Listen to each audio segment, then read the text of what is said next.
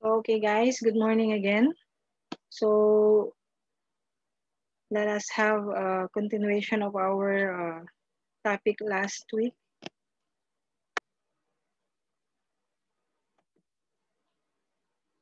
Okay, so let's start. So about the plant adaptation. So same thing with the animals, plants having their own adaptation. So way back to when we go back to animals again, so they have the two types of adaptation, right? So behavioral and structural. So let us also see whether the plants have behavioral and structural. Okay, so before that, let us see first the different classification of plants. So there are different types of plants. So we have the trees, we have the herb, shrub, climbers, and creepers. So those different classification have their own way on how to adapt the habitat or the place where they live. So these are the examples. So for the herb, we have the thyme and basil. So how can we describe thyme and basil? So they are the type of plants which is short size, soft, green, delicate stem without the woody tissue. So when we say woody tissue, they have the branches or trunks. But these herbs, they don't have that. And they just grow shorter compared to the trees that they grow taller. So when we say trees, they have the woody trunks. Okay. So for the shrubs, they are medium-sized woody plants, taller than the herbs and shorter than the tree. So like medium size. So the example that we have in here is blackcurrant and strawberries. So they also form in like a tree, but they are not as tall as those trees that we can see in the forest. And then trees are big and tall plants. They have very thick, woody, and hard stems called trunk. Okay. So for the climbers, have a very thin, long, and weak stem which cannot stand upright, but they can use external support to grow vertically and support or and carry their weight. So sometimes those planters that used to have these climbers, they already prepare what is that? A wood or a stick where the climbers can climb up. So that's why we call it as a climbers because they climb. So they need something to support their body in order for them to grow in a way that they can grow well. And then for the last one, we have the creepers, are plants that creep on the ground and they have a very fragile, they are very fragile, long, thin stems and can neither stand erect nor support all its weight. So meaning the stems of these plants, it is very thin, but then the fruits that grows on these plants is very big. So therefore, these plants cannot carry the fruit. So then they will just creep or they're just laying down in the ground. But then the fruits niya grow in that place also. So those are the different classification of our plants. So as I've said, so those groups of plants have their own way on how to adapt the places where they live or the habitat. So plants adaptation, they also have two types. So behavioral and structural. So they don't have the migration and hibernation. So they are not the same with the animals. So for the behavioral adaptation of the plants, so it helps them to survive in their environment. So when we say behavioral, how it depends on how they move. So we even though they are just plant or live in one place, they can also move. Remember that the plants can follow the direction of the sunlight. So we call that movement as tropism. So it is a movement of a plant toward or away from the stimulus. Toward means positive or away means negative. So let's say, for example, the position of the earth facing towards the sun. So let's say at noon time. So you will see or you will observe that the position of the plants is also upright. Okay?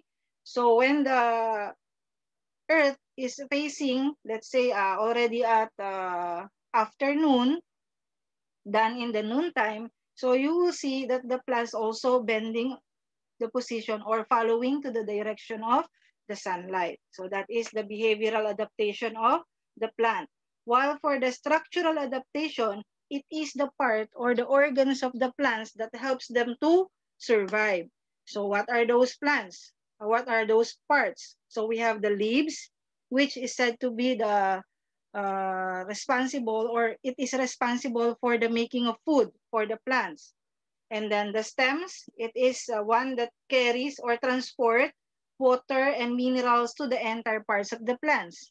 So both leaves and stems needs to absorb or needs the presence of the sunlight. While the roots, of course, it is the one that anchor the plants to the soil so that it will not fall down. So roots absorbs water and minerals from the soil. So those parts of the plants, it needs to be healthy so that they can live healthy as well.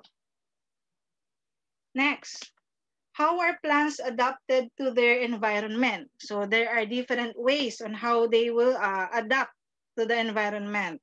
The first one is adaptation for obtaining sunlight, followed by adaptation in water and plants, adaptation for dispersing seeds, adaptation for pollination, and adaptation in desert plants.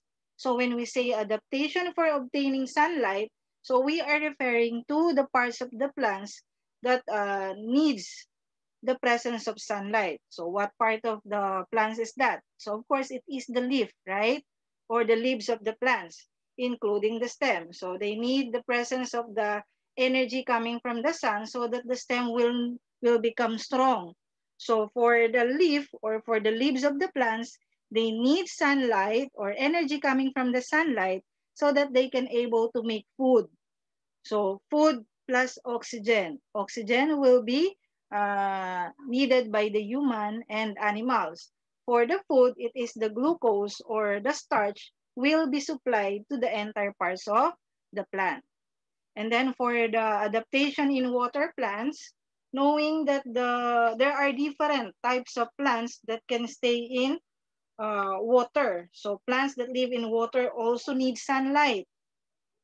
They will die if they do not obtain enough sunlight to make food. So same thing with the ordinary plants that you can see on land. They also need sunlight. So if we're going to look into the water that there is a plant there, usually the parts of the plants that we can see on that we can see in the water is just the leaf, right? The leaf of the plants only floating to the water. So later we'll continue about that. Next, for the dispersing seed, there are different ways that the plants can disperse the seed, right? It depends on the types of plant. So let's say, for example, the maple seed, the coconut. So if we compare the two of them, coconut can be dispersed or they can grow with the help of the water only. It cannot be carried by the wind as coconut is heavy. While for the maple or the dandelion seed, they can be dispersed using the wind or with the help of the wind. For the pollination, so there are different ways also on how the plants pollinate. So what are those pollination that we have for the plants?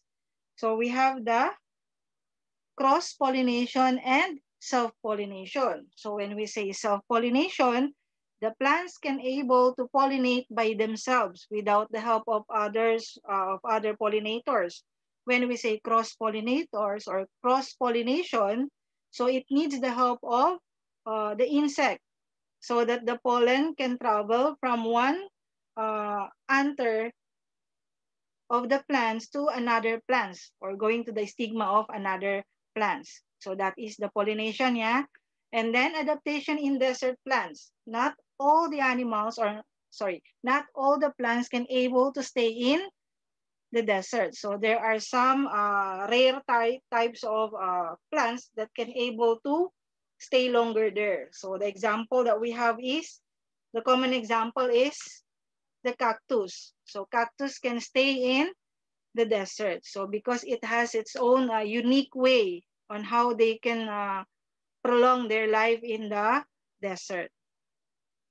So adaptation for obtaining sunlight. So I mentioned already that when we say obtaining sunlight, the main parts that is responsible for the plants to collect sunlight is the leaf of the plants. So why they need the presence of the sunlight? It is because they need it to do the process of photosynthesis.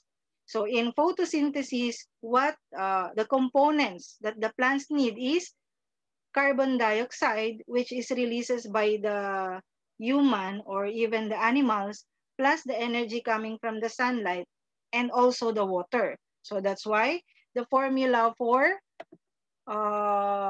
photosynthesis is carbon dioxide plus water, and then is equals to glucose plus oxygen. Okay, so what is the glucose? Glucose will serve as the, so this glucose will serve as the food for the plant. Okay, while the oxygen will be absorbed by the human, we, human and animals, okay? Miss, where is the energy coming from the sunlight? So maybe that is your question. So the energy coming from the sunlight is in this. So of course, it will be part of the photosynthesis. So the energy, carbon dioxide plus water in a form of light energy or heat energy coming from the sun, it will turn into glucose as the food for the plants and oxygen. So that's why in the process of photosynthesis, there is two products. That is glucose will serve as the food and oxygen as the things or the gas that we need for us to survive. Okay, the next thing.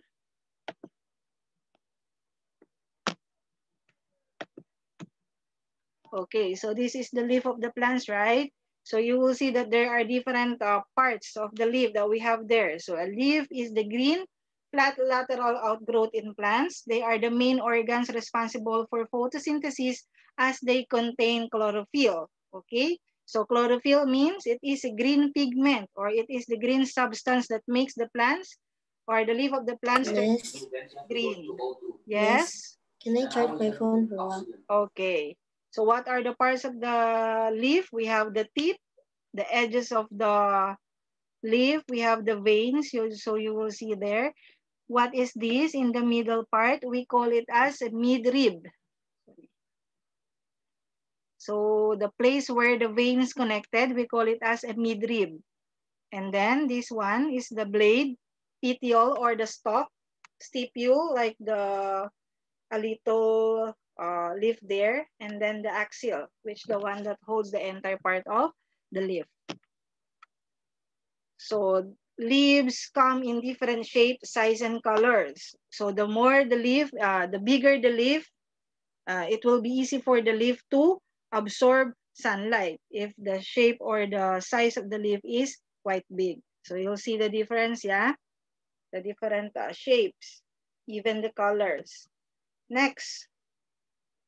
So this is about the adaptation in water plants. So as you can see in the water plants or those plants that you can see in the water, they have smaller roots. They have the flexible stem and the water go directly to the leaves because they are already there, right? The leaves are touching already with or in the water. So plants that live in water also need sunlight, as I've said a while ago.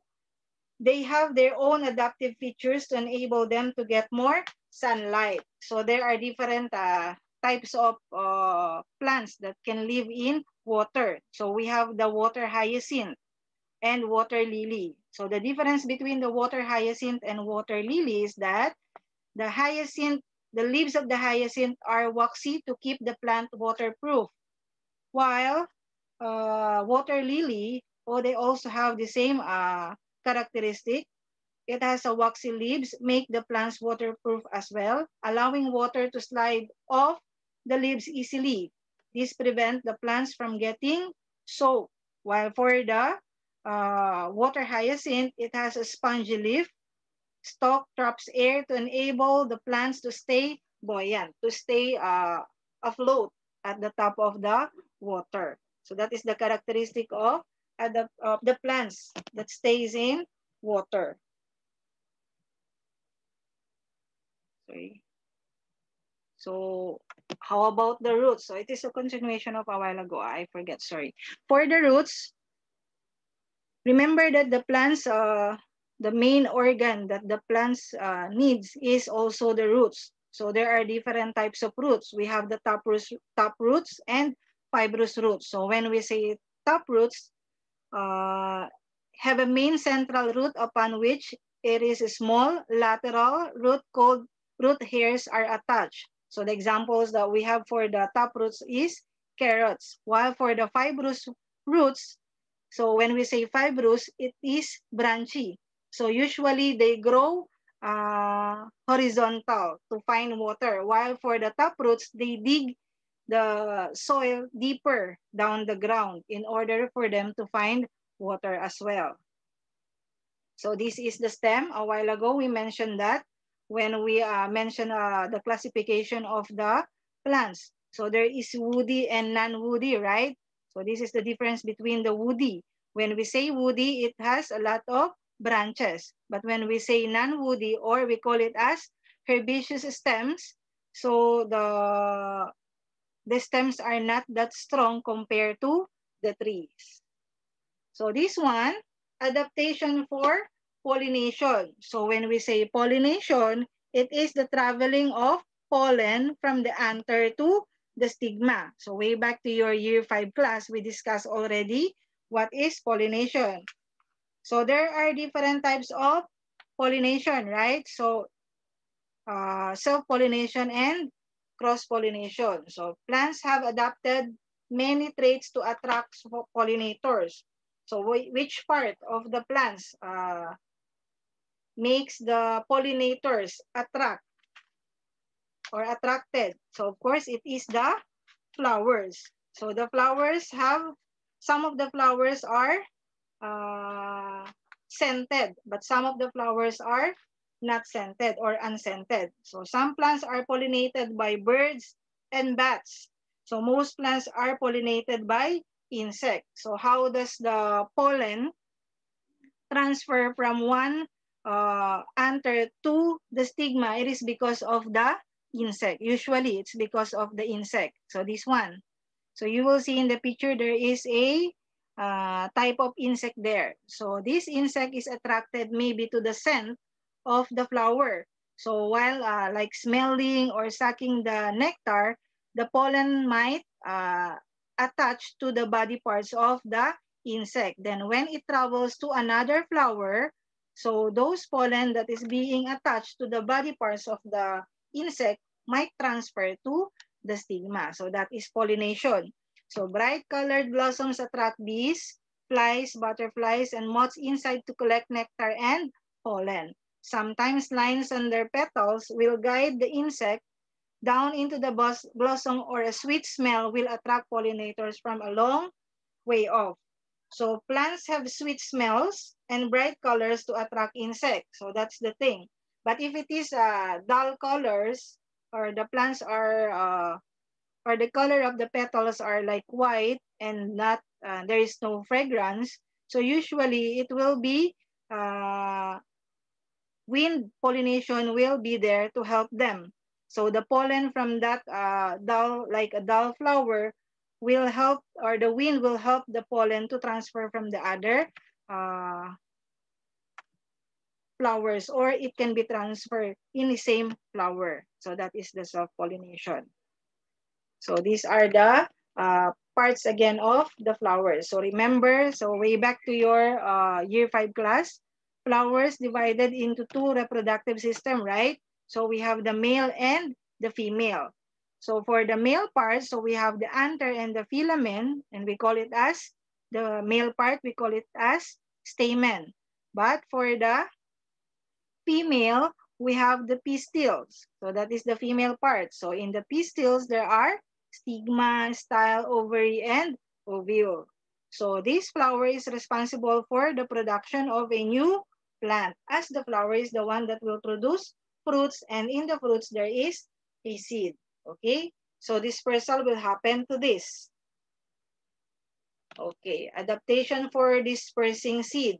So there are different types of seed dispersal. So we have the animals or human dispersal. We have the bursting. We have the water.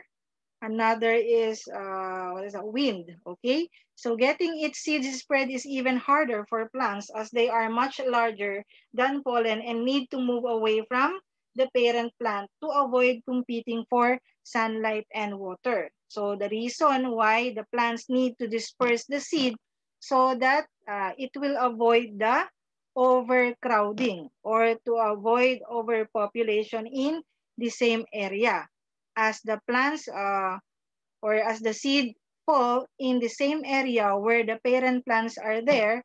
So these little plants cannot grow healthy because they cannot get enough minerals, they cannot get enough sunlight because the parent plants is the one that will get those things.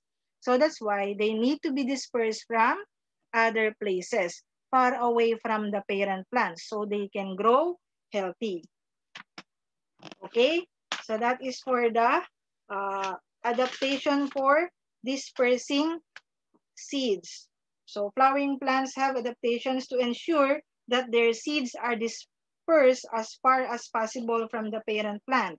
Having the young plants far away from the parent plants ensures that all plants have enough space, water, light, and minerals to grow well. So that's the reason. So again, if they will be, if the young plants grow beside the parent plant, they will not grow healthy or they will die as they don't have enough minerals or enough sunlight for them to grow, even the water. So let's say the young one will grow. The roots is still small, right? It cannot get enough water because the parent plant is the one that will collect a lot of water. Okay, so how are fruits and seeds? How are fruits and seeds dispersed? So by animals, by winds, or self-dispersal.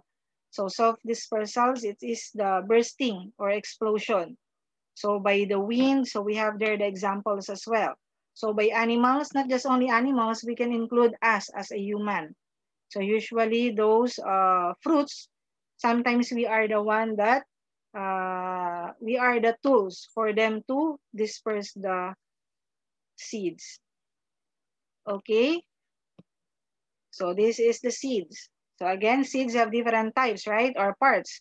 So we have the embryo, the young plant. We have the seed coat.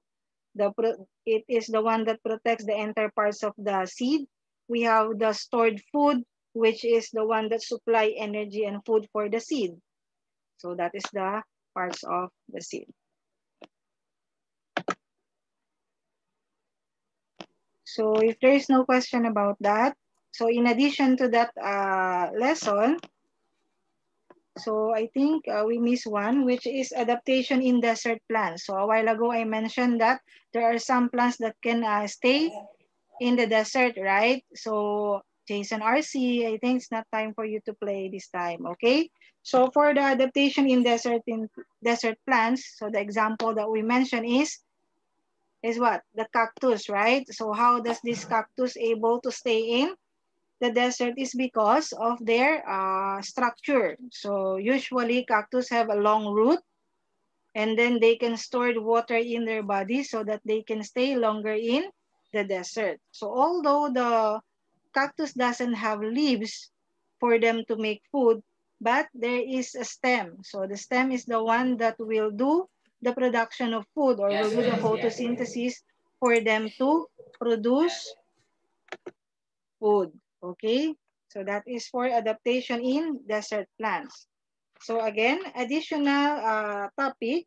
How are different organisms suited to their habitat? So we have in our book, you can open your book on page 128 to 129. So the habitat given there is the pond habitat. So this pond habitat is just common or ordinary habitat that we can see anywhere. What So page it is is? page 128. It is a small type of water form that you can see, let's say, at the back of the uh, at at the back of your house. If there is a pond there, a small pond, that there is a small, also small types of trees or small plants that you can see there, and then some of the organisms or additional organisms that you can see there are the insect, frog, or even small fishes. Okay, the pond is a small area of still water that is usually shallow. Okay, so it's small only, while the other one is green habitat. So green habitat, like it is a domestic place where there are different, or where you can see different types of trees as well, but not the forest one. It's more smaller than the forest. So those small type of insects also can be seen on that area. Okay. So is there any question now? If you don't have any question, so I want you to open your workbook, guys. So get your workbook first. Okay, so take your workbook and answer pages 97 to 102 of your workbook. Page 100, page 97 to 102. Okay.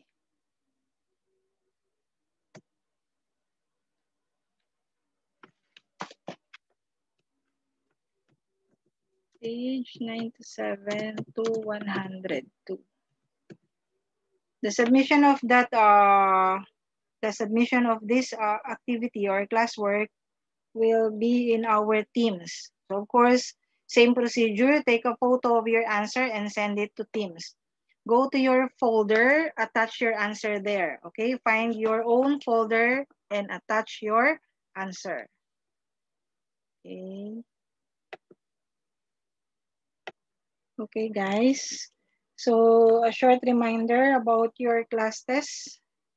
It will be on 19, yeah, October 19, Monday. So review. So it's just a chapter 6 of our book, Food Chain and Adaptation. Okay, Food Chain and Adaptation. Review that topic. That is the part of our class test.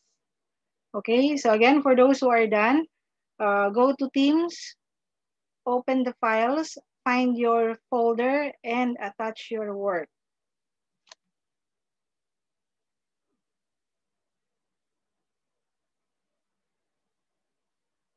Okay. So any question about the two topics, adaptation and food chain?